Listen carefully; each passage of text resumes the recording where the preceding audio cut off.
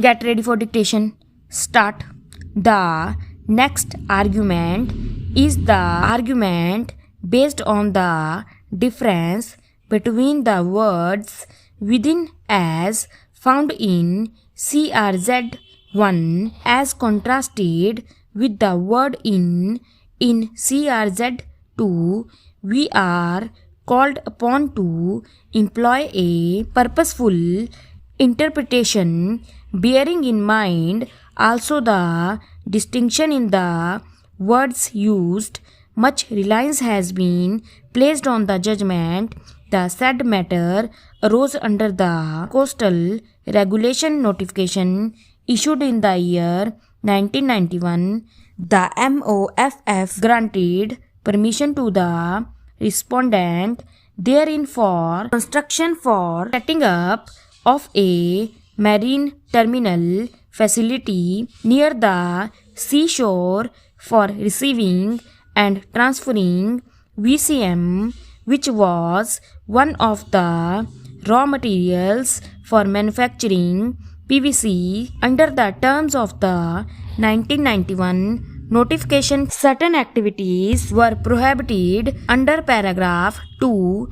They included manufacturing or handling or storage or disposal of hazardous substances as provided therein except transfer of hazardous substances from ships to ports, terminals and refineries and vice versa in the port areas. The question fell for consideration as to the interpretation to be placed on the words in the port areas. We feel advised to refer to the following portions of the judgment reported in the Law Reporter. It was contended by the senior counsel for the appellant petitioner that transfer of VCM in CRZ area is completely prohibited and VCM cannot be carried through the CRZ except in the port area. Their argument is that VCM can be brought onshore by pipeline to the port area but not in the CRZ area. The argument of learned senior counsel have put in issue the scope of expression except transfer of hazardous substances from ships to ports, terminals and refineries and vice versa in the port areas, which was added in para 2 bracket 2 on 9th July 1997. We are called upon to ascertain the true meaning and intention of the exclusive in bringing this exception.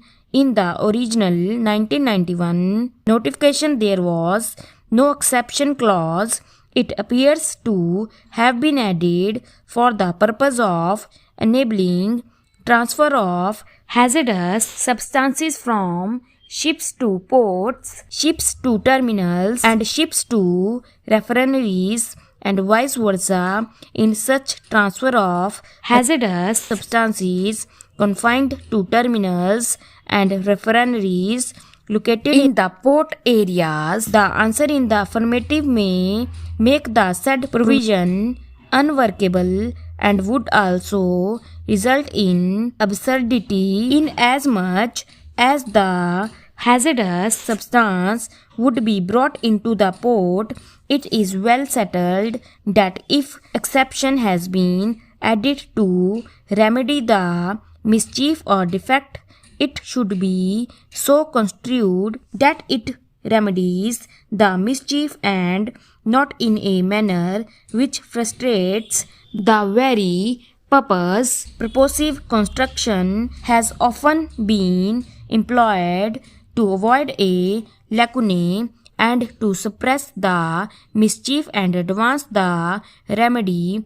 It is again a settled rule that if the language used is capable of bearing more than one construction and if construction is employed that results in absurdity or anomaly, such construction has to be rejected and preference should be given to such a construction that brings it into harmony with its purpose and avoids absurdity or anomaly, as it may always be presumed that while employing a particular language in the provision, absurdity or anomaly was never intended, notwithstanding imperfection of expression, and that exception clause is not happily worded.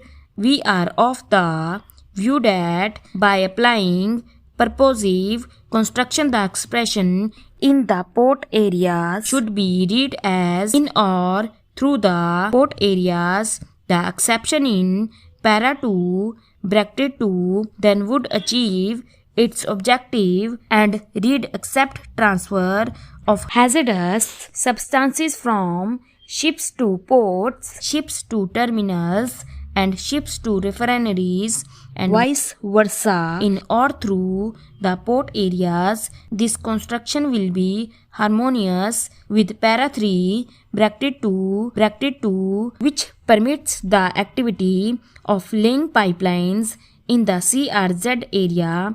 On the one hand, the learned counsel for the appellant would place considerable reliance on the view taken by this court.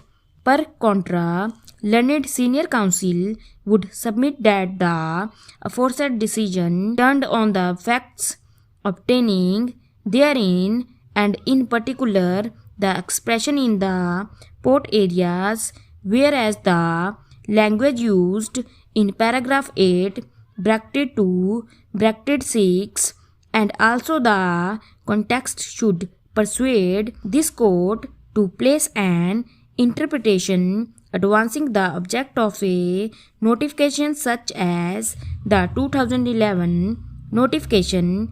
A perusal of paragraph 36 of the judgment would show that the contention of the appellant therein was that the transfer of the raw material in the CRZ area was completely prohibited and it could not be carried through the zone except in the port area.